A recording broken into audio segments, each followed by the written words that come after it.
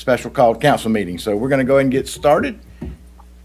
And our community development director is going to take us through where we stand with our master plan. Great. Thank you, Mr. Mayor. If you can't hear me, I don't think it's working internally, but I'm speaking into the microphone, so the recording is picking it up. Do I have that right? That's right. Okay. So if I miss any details, just, raise your hand and I'll begin. I'm going to keep this one short and sweet tonight. So just want to direct everyone. So we're on the landing page of our new website here. So for any of you that are interested in engaging in the master plan revision process, I'm going to show you where to go, how to get there. So if you navigate to the Community Development Department, right on this top bar here, you'll see city projects and updates. And that's going to take you to this presentation, which I call this a story map. I think those of you that were here before saw this presentation. And what I've done, just to keep it simple, is I've just updated this presentation, okay? So this is available on the website. You can look at it at your leisure. You can also, I'll be referencing the public input survey. And that is still up, that is still live, that is still active. So I would request that anyone in the public who is interested in engaging in this process complete that survey. So again, just a little bit of a repeat here, but quick. This presentation basically has all of the information you would need to access our current master plan. And you can find that here. If you're unfamiliar with the story map process, it scrolls, so you just keep scrolling down. And then there are opportunities to engage with the presentation. And here is one where you could download the city's master plan. Okay? Part of our master plan is about 90 action items called the Community Work Program. And I'll be speaking about that a little bit further today. But you can see the full copy of the 90 plus action items by clicking on this link right here in the presentation. And again, last time you heard me speak, I wanted to kind of take stock of what action items, how we categorize them, and what we accomplished. So, I'm not going to fully repeat everything. But some of the interesting things that emerged is that if you look at all the different buckets in which we put our action items, so economic development, land use, housing, natural and cultural resources, city facilities, services and funding, resiliency, our military relationship, community health, technology, education, and transportation. Those are kind of the larger buckets that we categorized our action items into. And then the most the greatest amount of action items were in the categories of economic development, land use, city facilities, services and funding, and transportation. And in the last presentation, I tried to set up how we have accomplished many of these items, and we made some great progress. Like, for example, the Commerce Park is open for business. That was some great progress that we set forward. The Gateway Marina is, phase 1 is constructed and is open. So we've made some terrific progress. But what I wanted to touch base on both this evening and also part of this survey is really where have we not taken any action? And I think that it's important to think about of those action items that we prioritized back in 2016, 2017, where did we not take action? And really this community survey or the public input survey that I'm asking everyone to complete takes those items that are still ongoing or in which we have not completed or taken any action and asks you, the public, to prioritize them. So if you're on this part of the presentation, all you do is click here to bring it to this larger page here, and you'll get taken to a web-based survey, which has about 60 plus questions, so it may take you a little bit of time. But you rank your items as 1, not important, or 5, very important. Okay? So what we've had an opportunity to do, both staff and also working with council and other department heads at our retreat, is we've been able to kind of take stock of those items that were remaining and how they were prioritized. So tonight I'd like to present those to you all in the public, just to give you a sense. And this is also, this slide just anchors us in where we are in this transition process. So the last two master plan meetings, so back in October of 2024, and then now in January of 2025, we started this process of trying to transition out of the old master plan and into the new. So it gives you a little framework here for how we're tracking this. So today, we're kind of reconsidering and taking stock of those items that we didn't take any action on. And then in April, maybe May, you'll see us kind of try to bring forward some new ideas that would transition us into a new master planning process. So council, be ready. I'll be coming to you asking for some budget to do our master plan in the next budget cycle. Okay? So how did I do this sort of tabulation? There's no quantitative analysis here, so don't get excited, right? So in the survey, we had 73 respondents. So as of today, there were 73 respondents who took this survey. So what I did is any item in which more than 40% of respondents ranked that item as number 5, very important. I'm added it to this presentation, and we'll look at them together. So that's how I categorize things. If it works out to roughly, I think, 33 people when you take away people who didn't answer all the questions. But still, if it ranked from 33 or more people as being very important, then it made it onto this list. So some things that I just wanted to take a moment and let you think about is, of those kind of big buckets that we organized our action items into, of all of them, these, you can't really see it in the slide, but there were 3 remaining items under the community health kind of bucket that nobody really prioritized. So that kind of gets faded out of our picture here. Technology, there were 3 remaining items, and nobody really prioritized those. Our military relationship, and also housing. So, I think it's just interesting to know where people were placing their priorities.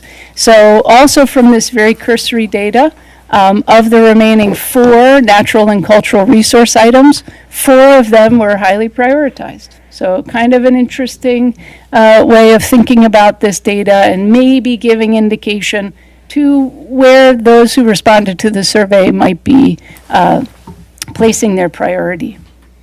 And if you're wondering what am I talking about when I say the things that are left over, so again, earlier I had talked about how in the community work program, anything that we accomplished got taken out of that survey. So the survey of the 72 respondents only responded to action items that we either said we didn't take any action on or are still ongoing. So that's kind of gives you a little bit of background on that. All right, so here they are. In the category of economic development, incentivize the reuse or redevelopment of existing commercial and/or industrial buildings over the development of new properties where appropriate. So 33 respondents gave this a very high priority. 43 respondents gave this second one a very high priority, which is create a plan to revitalize Midtown. This plan should include events and activities in this area to increase activity, create demand, and foster investment. So again, these are priority items which we stated in 2016, 2017. We did not really take significant action on, or we haven't fully accomplished it, and the community still, or those that responded, still think that this is of high priority. Within the land use category, adding specific family-friendly entertainment uses to appropriate zoning classifications was a stated priority. Implementing a blight tax on properties to encourage compliance with property maintenance standards. So a theme here, right? Definitely in economic development and in land use, we're looking to revitalize Midtown and really take advantage of some of our vacant commercial properties. Again, within the natural and cultural resources category, we had these 4 remaining items which stuck as high priority items. So seeking grants for trails and other features that provide low impact access to the coastal environment, to review and update the city's codes and development standards to ensure that future development does not adversely impact the environment, to adopt the coastal stormwater supplement to reduce flooding and ensure that stormwater runoff does not cause pollution of the coastal marshlands, and lastly, to develop a long-term plan for Orange Hall that will ensure its restoration and continued operation. So again, of the 72 respondents, the ones that made it on this list, at least 33% of 33 respondents, 33 rated these as high priority. So we're not done tallying the information, right? We still, this is still open to the public. I still ask you to engage in this process. I did have the ability to speak to the Osprey Cove Women's Club last week, which was about 100 plus women, and I gave them this survey. So I fully hope that they will get in there and add their thoughts and ideas. And I encourage everybody else to do that as well. Okay, of the remaining topics, under city facilities, services, and funding, this one I think always rings high. It did in 2016 and it does now. And so I'm not saying that we haven't taken any action on improving communications with citizens through regular and meaningful updates to the website and Facebook. I think we have done a really good job at that, but we're continuing to do that. And I think what the public was stating here is that's still a priority area. In the category of resiliency, expand current drainage system maintenance program. This one we hear a lot about. You know, I think that's in line with the way that the council had prioritized some of these ideas. The idea of stormwater and drainage and flooding was a pretty consistent prioritized area. Continued coordinated emergency management response with the sub-base Kings Bay and Camden County. We do that and we'll continue to do that. This is an interesting one. Under education, consider the possibility of using city-operated facilities and finding partners to house a supervised and structured community center for youth that can provide entertainment and life skills training. So a priority that we put forward in 2016, 2017, and still holds now, and is very much in keeping with those categories of land use in terms of creating opportunities for families in our commercial zoning. And lastly, under transportation, this one was given a high priority. Consider State Route 40 or Osborne Road improvements, including implementation of raised and landscaped median, improved bicycle and pedestrian facilities, wayfinding, signage, and landscaping. Really, where are we going to go next with this? And this is my last slide, so just keeping it short and sweet here. The next update that we'll do will really be focused on this idea of cultivating new ideas. And one of the things that I've been thinking about since I've been in the weeds of this community work program, and I think that our council and new mayor have seen this too, the action items themselves are a mix of actions, targets, goals, aspirations, ideas. And I think what would really be great in the new master plan is if we can find a framework that would help us do some really clear goal setting, and each goal would have associated with it targets and indicators and actions. So if any of you are familiar with the UN Sustainable Development Goals, the United Nations, now this is a program that is global, so I'm not trying to say that we're going to copy it exactly, but they have a great approach, a great framework, which is that they'll give a kind of an overarching goal, and then within that overarching goal, they'll give a set of targets, and each of those targets has an indicator, right? So if we as a city, for example, let's take revitalization of Midtown, right? So many of the action items and sort of the aspirational part of revitalizing Midtown are what I would call tools in the toolkit, right? Like we've got to work with our zoning. Perhaps we're going to create a blight ordinance or a blight tax. Perhaps we're going to reinforce or reinvigorate some marketing and branding of Midtown. We're going to engage in the RSVP strategic visioning plan and process for Midtown. So there's a whole series of tools and action items that we can take. And I would think that the overarching goal is to have a vibrant commercial corridor. So if you're with me, what I'm trying to say here is that we can think about our master plan, our new master plan, as having a set of overarching goals, and each of those goals should have targets, and then each target should have a metric. And why is that important?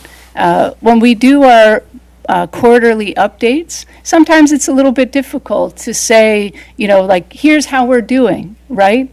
So how would we assess having a vibrant commercial corridor? Perhaps we do that through a dashboard which reports on the amount of vacant square footage, right? So in a way, you're adding a lot of data and analysis to this overarching goal, so that 3 months, 6 months, 2 years, 4 years into your master plan, you kind of see, have you moved the needle at all or have you not? And then each year you can kind of revisit that and think, okay, well, this is a stated priority that we had. What can we do as boards, authorities, staff, elected officials to move the needle towards the progress that we want to see? So I think, again, I really do, and there's a link here to the UN Sustainable Development Goals.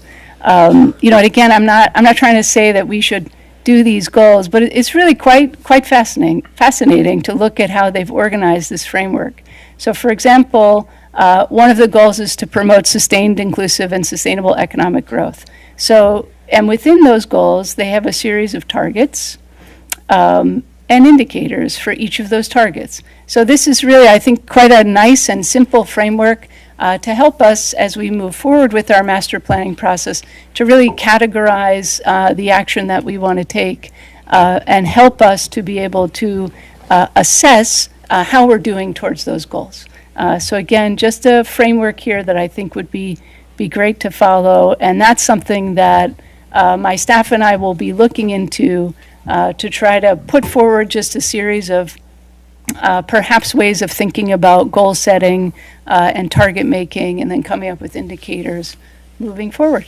And with that, I'll end and take any questions. Any questions? So one of the things I would like to say, first of all, council members, make sure your microphone's on, even though you won't be able to hear it. But I want to thank Ms. Stein for all the work that she is putting into this process and the great ideas. One of the things that I spoke to staff about last week during our retreat was, there's a realization that most of the things that are on this master plan have nothing to do with the day-to-day activities of our staff.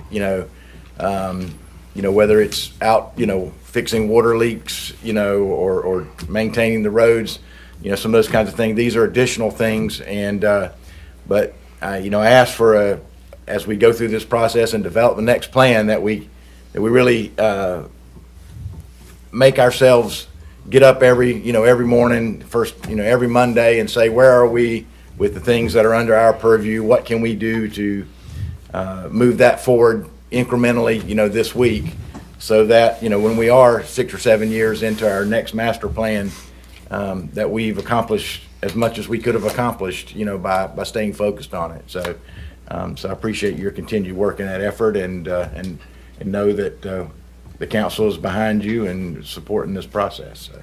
Yes, thank you. Thank you.